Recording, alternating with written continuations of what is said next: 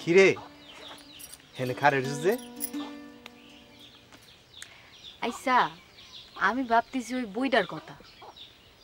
বইটার ভেতরে ওই যে মাইয়াটা ও স্বামীটারে এত ভালোবাসলো, এত ভালোবাসা ঘর করতে পারলো না কেন? ভালো হুন, এগুলি সিনেমা হলে দেখবি, বাড়িতে আইতে আইতে সব ভুলে যাবি। আমগো তো মানুষের এগুলি ভাবলে চলে ক